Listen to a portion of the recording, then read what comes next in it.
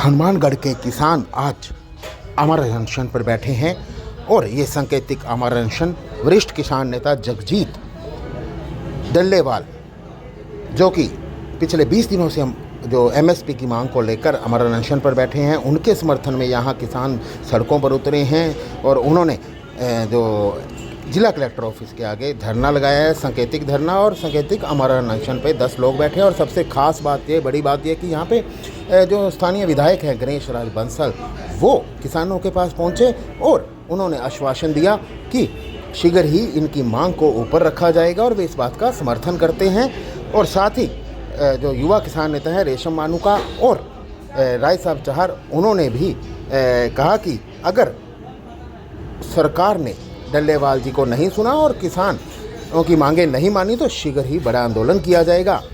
संयुक्त किसान मोर्चा हनुमानगढ़ के द्वारा आज जिला कलेक्टर के सामने भूख हड़ताल की गई है।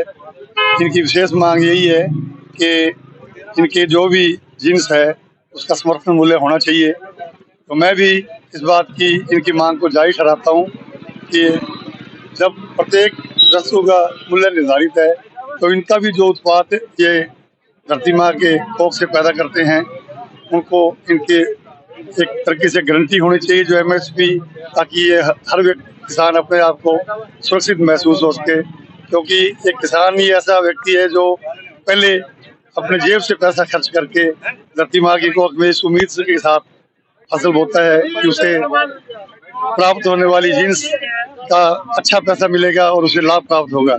मैं इन किसानों के साथ हूं और इन किसानों की मांग में राज्य सरकार द्वारा जाकर इनकी एमएसपी मांग को मंजूर कराने का पूरा प्रयास करूंगा।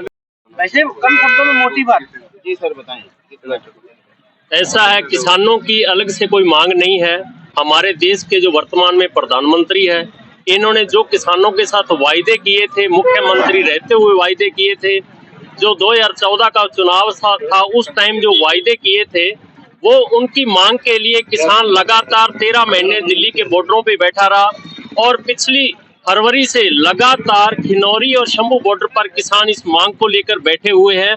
और हमारे किसान नेता जगजीत सिंह जी डल्लेवाल पिछले काफी दिनों से वो मरण व्रत पे बैठे हुए हैं, उपवास पे हैं, उनकी तबीयत दिनों दिन बिगड़ रही है। तो हमारी मांग है कि मोदी ने खुद ने वायदा किया था कि हमारी सरकार आएगी तो हम एमएसपी पर गारंटी कानून बनाएंगे और पहली ही मीटिंग में किसानों का कर्जा माफ किया जाएगा। इन सब मांगों को लेकर हम आज यहाँ एक सांकेतिक धरना जो हनुमानगढ़ कलेक्ट्रेट के सामने दे रहे हैं और हमारे 10 साथी उपवास पर बैठे हुए हैं। हमारी मांग है कि जो वायदे सरकार ने खुद ने वर्तमान सरकार ने किए हुए उनको निभाया जाए। आप लंबे समय से जुड़े हुए हैं आंदोलन से, और वजह क्या मानते हैं आपने कुछ किया होगा? सरकार ऐसी क्या वजह है कि सरकार इतना अड़ियल रुख अपना रही है?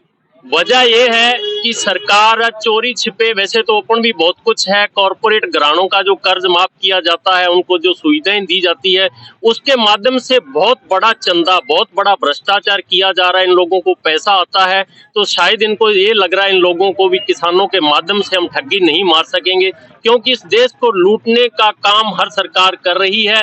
झूठे वायदे किए जाते हैं, उसके बाद लूटा जाता है, ये काम है। जी बताएं किस बात को लेकर जैसे कि जो किसानों का पुराना मुद्दा है एमएसपी, उसको लेकर हमारे किसान नेता जगजीत सिंह डल्लेवाल जी जो खिनौरी बॉर्डर पर 22 दिनों से आमरण अनशन पर बैठे हैं और सरकार का कोई भी नुमाइंदा अभी तक सुध लेने नहीं पहुंचा है, उसी के समर्थन में, उस आमरण अनशन के समर्थन में आज हनुमानगढ़ जिला के जो भी किसान साथी है वो पूरे हनुमानगढ़ और गंगानगर दोनों जिलों में तहसील के मुख्यालय पर एक दिन का उपवास रखकर अपना विरोध प्रदर्शित कर रहे हैं। उनका जो आमरण अनशन को समर्थन कर रहे हैं और सरकार के कान पर जूं तक नहीं रेंग रही है कि कोई आदमी 70 साल का 22 दिन से आमरण अनशन पर बैठा है, कैंसर का मरीज है, उसको सरकार कोई सुध नहीं ले रही, किसानों की कोई सुनवाई नहीं हो रही। वहाँ 101 किसान, पहले सरकार ने ये कहा था कि किसान आ रहे हैं ट्रैक्टर ट्रॉली लेके, ये यहाँ उत्पाद बचाएंगे। जब ये बात हो गई थी तब 101 किसान पैदल रवाना हुए थे, तो उन पर भी सरकार के नुमाइंदों ने आंसू के गोले बरसाकर उन्हें वापस भेज दिया। आगे क्या रहेगा? आगे अभी आंदोलन का 22 दिन हो गए उनको आमरण अनशन पे, आज ये पहला दिन है जब एक दिन का उपवास रखेंगे। आगे ट्रैक्टर मार्च का प्रोग्राम रहेगा। आमरण अनशन की बात आई तो कार्मिक आमरण अनशन पर भी लोग यहाँ बैठेंगे, लेकिन एमएसपी की जो लड़ाई है हम तब तक लड़ते रहेंगे जब तक हमें सरकार एमएसपी नहीं देती।